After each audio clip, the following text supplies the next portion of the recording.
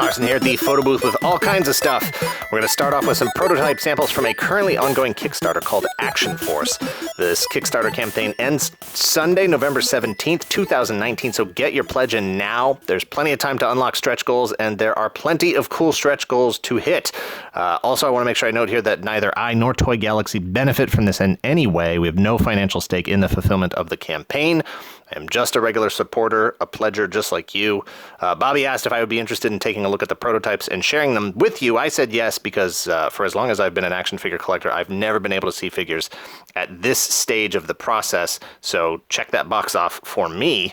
Action Force is a project developed by Bobby Valla. He used to work for Hasbro, so he knows a few things about getting this kind of stuff done. These are fully articulated 6-inch scale figures. And in fact, I'll throw a Marvel Legends figure in here real quick. Keep in mind that this one here is on a stand, so he's picking up an extra like 1/4 of an inch there. So maybe a little bit bigger than Marvel Legends scale. I'll just leave this out here. I'll put Crossbones in here too, because he looks like he kind of fits the line a little bit. But it's fully articulated 6-inch scale figures. I would pose them, but these samples are a bit fragile, and I don't want to take any chances with having to sit here and put all the pieces back together or anything. Obviously, the finished figures aren't going to be like that. If you're on YouTube right now, Shartimus Prime and Fwoosh have both done extensive looks at these exact figures. So hop over there if you want to see them mess around with them a little bit more. These have all the points of articulation you would want: double jointed elbows and knees, ankles, wrists, torso, hips, waist. I mean, it's just everything. This is Condor and Eclipse. Condor also has the butterfly shoulders where Eclipse does not, just pointing that out. There's so much stuff that can be unlocked for these figures. Multiple heads, gear, helmet, alternate hands. Did I say hands or heads? It's got both, heads and hands. In fact, you can see him right here. You got a Balaclava. I made that up. I'm sure he's never heard that before. A Balaclava head here for Condor. You've got a helmet. You've got all kinds of, pouches and pockets and stuff. Clips can go into sheaths here, into holsters. You've got great 6-inch scale guns with removable clips, scarf, bandana head for Eclipse here, female style body armor. I think she is I believe the first 3 figures are Condor, and then the Steel Brigade, and one other figure. I can't remember what the other figure is off the top of my head. Hang on, I think I have it open over here. Anyway, just go check out the actual Kickstarter page to see what's immediately available, and get your pledge in. It's a really great. Obviously, this is a military style. There's a big G.I. Joe shaped hole in the market right now, so don't miss out on this opportunity. But yeah, get your pledge in now. Thanks to Bobby for letting me take a look at these, to put my hands on them, even though I'm not really putting my hands on them in this video. I'm sure this project's going to get funded. Don't miss out on it. I'm looking forward to see the finished pieces because these already look cool, and they already look incredibly posable. And I really can't wait to be able to actually build a 6-inch scale military strike force team that we've been waiting for all this time. So thanks again to Bobby, and go check that out right now. All right, next up we have Kevin from Elizabethtown, Kentucky. Tilt. Kevin sent in a bunch of Build-A-Figure pieces here, obviously. A lot of pieces I don't think I have. I definitely, I think I have this. I might have some of these. I definitely did not have this. Ooh, I didn't know he had little removable glasses. Neat. That's definitely all right, those are a little tougher to get on than I thought. There he is. That's a really great face. I'm really impressed with that. So Kevin sent in the Marvel Legends Build-A-Figure pieces here. I don't have my other stuff set up ready to go to see what matches up here with what I needed. I think I just needed an arm for this Caliban. I just don't remember if it was the left arm or the right arm. But Kevin also on his little note asked if... he said, P.S. He said, thanks for all the work you guys do and bring the Toy Galaxy to the masses. Enjoy the Build-A-Figure pieces. And he also said, please come to Lexington Toy and Comic-Con in the future. You know what? We'd like to. If Lexington Toy and Comic-Con wants to shoot us an invite, that'd be fantastic. I don't get out there very often otherwise, but it'd be cool to come check out a show in that part of the world, having never been to Kentucky at all. So anyway, thanks, Kevin. Next up is Robby from Roanoke, Alabama. This box is quite large, so I'm not going to try to put the actual box in the frame here. I'm just going to take the stuff out that's in the box, and then we'll talk about it. So obviously, big first piece here is this 24-inch Darth Vader. I can't remember how big this thing actually is. Obviously, he doesn't really fit in my booth here. It's not a bad piece. It's fine. I mean, for what it is, you know, this cloth cape. He's got the actual chain around his cape here. He's got his little lightsaber attached to his belt. He doesn't do anything. You know, he doesn't make sounds or light up or whatever. But, you know, proportions-wise, he's okay. This is way better than those, like, Titan scale figures that they have out that are all, like, weird and squished and, like, just proportionately don't look right. If you get this guy's hand out when he's standing up, I think his hand rotates. There it is. Yeah, he can be pretty intimidating. But anyway, we're going to jump over here. We've got a IG-88, Black Series IG-88. I think this is the archive one. I didn't pick up the archive one because I had the original release, and I didn't want to, I didn't need to get the archive one. I know that the archive one was pretty much the same figure, just a bit of a repaint. This one definitely looks shinier, and that's why I think it's the archive one. And I would also say that I think it's the archive because the little rubbery elbow joints here, that the little sleeves that cover up his joints, because these actually do pivot a little bit. There we go. Mine are all dried out and cracked and whatever, and I don't know if those can be fixed, or obviously they can't be fixed. I don't know if that can be prevented, is what I was saying. I don't know if you can. I don't know if there's a lotion that can be applied to IG-88's elbows to prevent him from cracking over time. Maybe just oil him up a bit. But this is neat because I didn't actually. I just couldn't buy the figure a second time just for a different paint job. But I actually do think this one does look better. And then, of course, he's got his two guns, one of which is a proprietary, I don't know if you can see it here, it's a proprietary IG-88 gun. You can't see it. It's got two peg holes there because he has two peg holes on his right hand there. IG-11 is hitting now for The Mandalorian. I haven't seen him in stores yet. I think he just went register active a couple of days ago. I know people were finding him out in the wild, but he was register locked, so they couldn't actually purchase him because the registers just, they couldn't process the transaction. They couldn't process that SKU.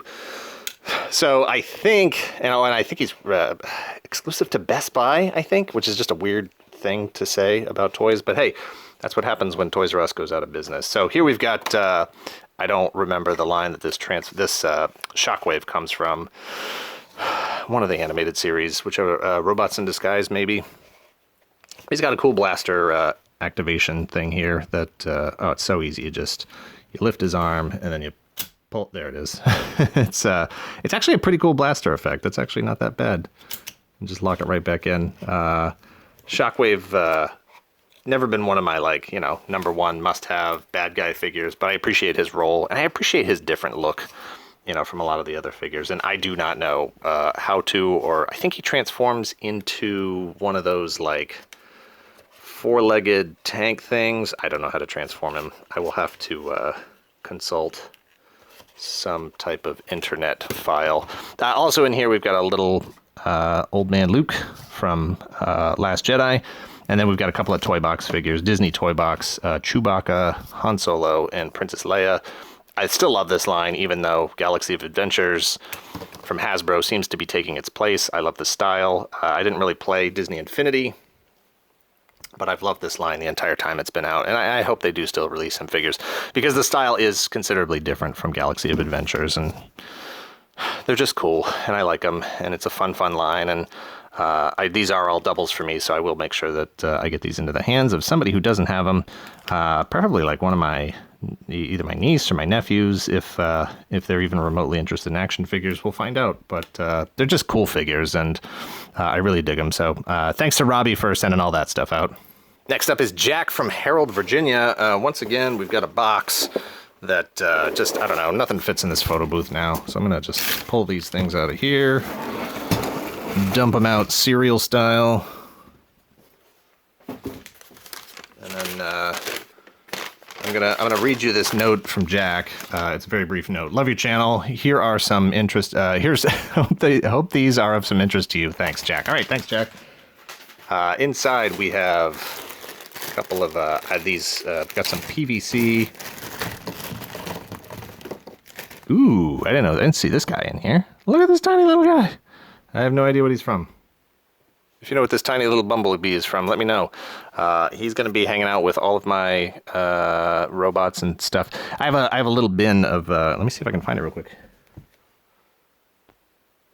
I have this little bin of tiny stuff that I love having different scales of things for photography purposes. So like I have, you know, there's little Captain America in here, little Spider-Man. We've got, here's a my old Galoob Micro Machines Wampa. There's some, yeah, just all these little figures just that you can add, you know, scale to. There's a lot of Star Wars in here, but there's some like Gundam figures and tiny Millennium Falcon, and yeah, it's mostly Star Wars. Mostly, oh, here's a Gundam piece. But yeah, Bumblebee will fit right in there. That'll be great. That'll be perfect. I love having different scale stuff.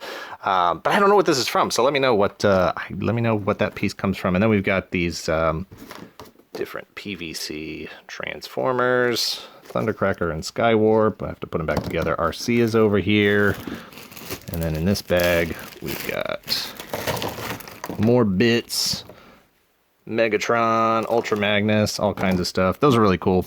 I think, if I'm not mistaken, they were individually boxed for their releases in Japan. And then in the United States, they actually individually carded them at one point. Not all of them. All of them weren't sold in the US, but quite a few of them were over here. I don't know what this... Not sure which line this Optimus is from. Cybertron. I have the full-size version of this figure, and I dig it. So this is a cool, smaller version. There we go. Yeah, and the modern update to this just got released, and I thought I was going to get it. I thought for sure that was a lock, because I do like the vintage piece so much. But once I saw it in person, it was just, I ended up just not liking it as much as the original. The original is just bigger, and I don't know, I like the proportions on it. Plus, I think the new one was like 40 or 50 bucks, and I just wasn't in the mood to spend that much on something like that. I've got some titanium Transformers here. Does this dude not... Does he ride something? Hang on. We've got Optimus. And another Optimus who, I don't know, he's like in a sitting position. Looks like he's going to hike the ball. That can't be the way that he's supposed to stand. Maybe it is. I don't know. That's weird. And over here, we have another Optimus. Oh, same one. Same one, just smaller. And then also a busted up Skywarp. Well, he's not really busted up. His foot just came off. Probably snap that right back. There we go. So yeah, there's an era of Transformers there that I was checked out for. So I don't remember if these are Energon or Cybertron or whatever. I just know it's the era that Dan was checked out for, because I didn't come back until they started doing, until Hasbro started hitting the classics and generations and that stuff, and then I came back in. But these are actually all pretty cool, because I actually really do dig this version of Optimus Prime quite a bit. So it's neat to get that smaller version. Like I was just saying, the whole theme of this is different scale guys, so it's neat to have a smaller scale of that version of Optimus. Next up is Keith from Egg Harbor City, New Jersey, which is a real place, and I admit I had never heard of it before this batch of stuff. I actually had to look it up to make sure I was reading it correctly, and that it was a real place and a real thing, and I am shocked to find out that it actually is. So that's a thing I learned today, and potentially so did you. And so here we have a couple of things. We have a glow-in-the-dark vintage Kenner Robocop figure. He's got the launcher arm here, the Gatling gun arm, and these had a gun-firing mechanism here, clicking gun-firing mechanism that I believe it actually took caps. I just don't know how to actually open this. Anyway, he does glow in the dark, so there's two gimmicks in one. Does his helmet come off? Ah, sweet. His helmet actually comes off too. I didn't know that. Huh. I hope it's supposed to. I hope I didn't just bust it. Nah, it's supposed to. We've also got some tiny... Oh, hey, look, it's his gun too. We've got... speaking of different scales of stuff and tiny things, if I can get my camera to focus, we've got tiny Boba Fett. Awesome. And tiny... I don't know if that's supposed... Yeah, it's Obi-Wan. I wasn't sure if it was supposed to be Owen Lars, because, you know, Owen Lars, everybody on Tatooine wore Jedi robes. Oh, this is so cool. I love this so much. Imaginext figures. Imaginext in these blind bags have really, really done an awesome job of sort of making, you know, cool, new, affordable, modern figures, but also recognizing that nostalgia is still big, and the people who have the kids who they might be buying these for probably had the original action figures as when they were kids. So back in the day, the Adventure People line had a few figures that they released called X-Ray, X-Ray, I don't know, X-Ray People or whatever they actually were called. But this is a direct homage to that with a dog that I don't recall ever existing in the original line. But these are really great. And I don't know if they did the male and the female or just the male, but I was never able to find these in the wild. And I never tracked them down on eBay or anything, so I'm really glad to see that. That's super duper cool. A couple of these little pack-in translucent Star Wars figures, and then also the bag full of, hang on, just a ton of Halo, Mattel, Halo, Mega Constructs figures here, all kinds of things, all kinds of stealth modes, all kinds of different colors and weapons and stuff. So I think we've definitely seen these in the booth in the past. You can, I don't need any more. This is pretty much all of them, I think, at this point. I've definitely still got some carded and boxed and whatever, so it's great. I think I have the entire collection at this point, so we are all good on that. Thank you very much to Keith for sending all this stuff, and this in particular, I'm really psyched to see those. And last but not least, certainly, is Mark from Columbus, Ohio, sent in a few things here. Number one, like, what? A Siege Brunt figure who I don't really know much about. I know that he transforms into the little cannon tank thing that would have gone with Triptychon.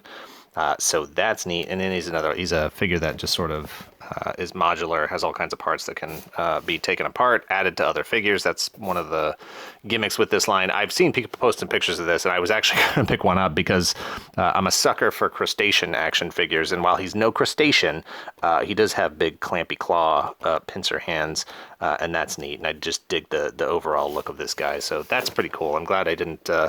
I'm glad that Mark sent that in, and I hadn't already purchased it. We've also got a Mythic Legions figure here. This is Borrier. This is what happens when you have a warrior who is a boar. You get a Borrier. And I just continue to be blown away by this line. I am absolutely just... I am just head over heels in love with it now. And it's weird because it's not like I wasn't when it first launched. I saw the Kickstarter and I had gone in on it, and I don't know, whatever was going on at the time, I wanted to go in and support it, just like back it all the way. And I was like, these guys, I know these figures are going to be out at some point. They're going to get, fun. The line got super funded. And so I just waited. And then, it's like, even they're nice figures and they are worth the cost. They tend to be more expensive than your average 6-inch action figure. They're still expensive, but I do dig them. And everybody who sent one in, I genuinely appreciate it. And this is the kind of thing that I look for these, and I've said this in videos before, I look for these figures at shows now. That's like my, treat myself, splurge, like get a cool figure kind of thing. So I don't have a large collection, but it is growing, and this is a very cool piece to add to it. Also in here, we've got couple more things here. We've got a couple of Ninja Batman Build-A-Figure pieces. These are the only two pieces I have because I didn't buy any of the figures from this line. So we've got what? This is right leg and right arm. And then last but certainly not least, this is ARX-7 Arbalest version 4 from Full Metal Panic, which I don't know anything about. This is what it looks like on the box. goodness. This is the clear version, and I don't know if this is assembled or not. Okay, so it's partially... Oh, maybe it is. Hang on. Looks like it's at least partially assembled here. That's a good place to start from. Oh, it's so delicious. It's like a robot version of Iceman. There's some other pieces in here. Yeah, so I don't know where this is at with the in terms of the construction. It looks great. I don't know anything about Full Metal Panic, but to me it looks very Armored Core-y, and that's all good for me. Is there any other pieces finished? Looks like I'm gonna have to build it. Oh, here's the other leg. This build is getting faster and faster. Anyway, we'll check out. Make sure you're following my Instagram, Toy Galaxy. These things are tough to photograph as well. I'll do my best to get a decent picture of this, but I'll definitely be posting a picture of that as soon as I get it. As soon as I figure out if it's all in here. It looks like it might actually have been assembled and just either Mark took it apart before he put it in the box, or it came apart in the box. Either way, awesome piece. Thanks for sending that in. Thank you to Bobby, Kevin, Robby, Jack, Keith, Mark. Thank you for watching this and all of our videos. Hit like, hit subscribe, check out our Patreon if you're in the position to help the channel grow. Thank you very much. Later.